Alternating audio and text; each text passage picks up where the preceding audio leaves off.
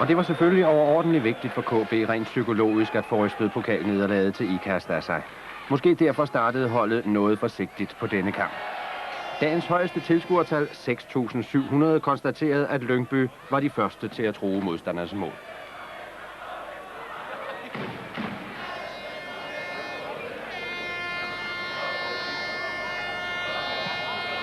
Tom Olczyk for første gang imod sine tidligere klubkammerater fra Lyngby. Må give indkast. Tom Wilmer med nummer 11 kaster for Lyngby. Og inde på midten rykker Bent Christensen ind mellem to forsvarere. Men den første af mange gode redninger af landsholdsmålmand Ole Kvist. Her 5 minutter senere, hjørnespark til Lyngby. Igen er det Tom Wilmer.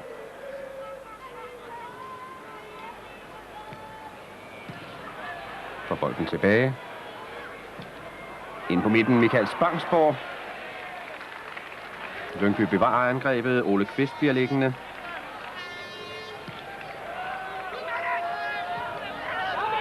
Bent Christensen.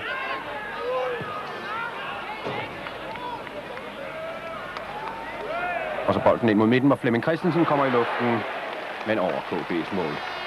Vi var mange, der ikke mindst på landsholdets vegne fik kuldegysninger, da Ole Kvist blev liggende, men han var heldigvis hurtigt på benene igen. Værre gik det for Michael Spangsborg, der måtte udskiftes i pausen efter et spark i maven. Her mangler der 8 minutter af første halvleg. Stadig 0-0. Lars Schøne. God aflevering mod midten til Sten Lindberg, men over Lyngby's mål. Sten Lindberg er ny KB, kommet fra Valsø, og ham skal klubben nok få glæde af. Men 0-0 efter første halvleg, som blev lidt af en skuffelse. Begge hold spillede hurtigere end de magtede, men det blev meget bedre i anden halvleg, som her er et par minutter gammel.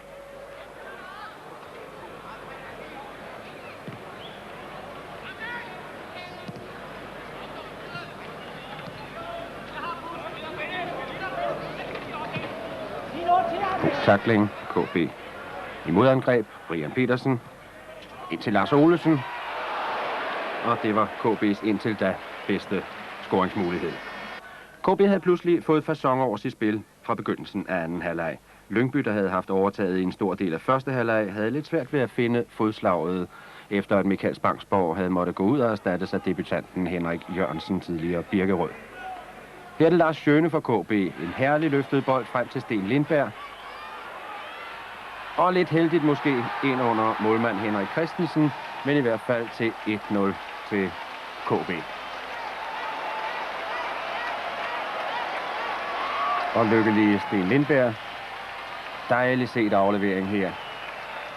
Lyngbys forsvarer kommer på mellemhånd, og Sten Lindberg udnytter sit meget, meget hurtige antrit. Og så 1-0 til KB efter 10 minutter spil i anden halvleg. Men målet blev signalet til en stor offensiv af Lyngby. KB blev nu presset tilbage på banen og var ofte i store vanskeligheder. Her der spilles mål 12 minutter af anden halvleg. Bent Christensen spiller Michael Godenborg helt fri. En ny flot fodparade af Ole Kvist. Jo, han presser sandelig Troels Rasmussen i kampen om pladsen som første målmand på VM-holdet. Ærgerligt for Godenborg. Vi springer til midt i halvlejen. Lyngby presser og presser. Men trods flere gode tilbud er de stadig bagud 0-1. Debutanten Henrik Jørgensen, hurtigt bandespil med Bent Christensen, og endelig Ole Kvist placeret, men så klarer Henrik Eikenbro i første omgang i hvert fald, og det var Flemming Christensen, der derefter misbrugte en chance, som han normalt ikke misbruger. 5 minutter senere skal de se mere til Lyngby. KB har nu taget Brian Petersen og Sten Lindberg ud til fordel for de to hurtige Martin Zimmermann og Stig Andersen i håb om kontramulighed, hvis de får brudt Lyngbys pres. Flemming Christensen. Godenborg med nummer 12.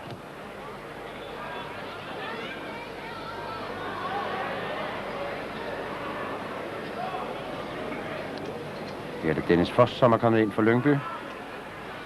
Og så Bent Christensen. Dejlig skud og flot redning igen af Ole Kvist. Og så Flemming Christensen. Og Lyngby bevarer presset. René Hansen, der kommer Michael Schäfer. Dykkende skud.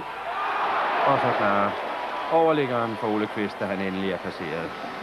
Ja, det siges jo, at en god målmand også skal være heldig, og det var Ole Kvist her.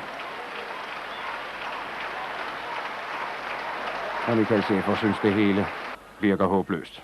Her mangler der så 12 minutter, og de skal se en situation, som vil blive diskuteret meget længe.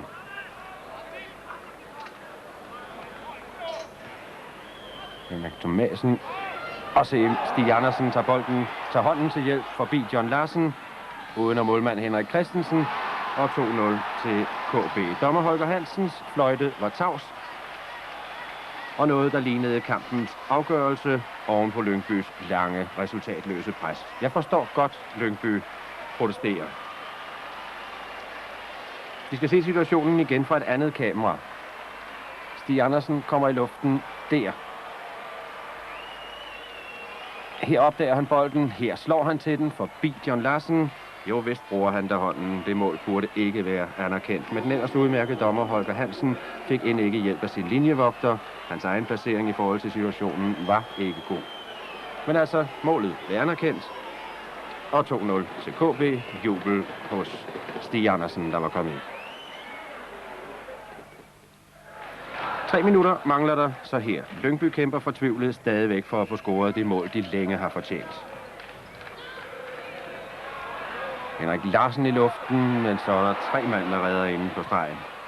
Og Michael Schäfer skyder udenom. Jo, Qvists mål virkede nærmest forhekset.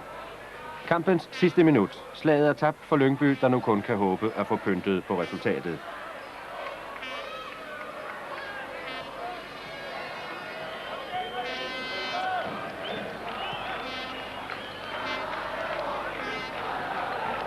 De viste mange smukke detaljer i anden halvleg, Lyngby. Men der hjælper det, når målene ikke kommer endnu en gang. Redder overliggeren for KB. Det blev ved 2-0 til KB, der havde taget patent på heldet i den kamp.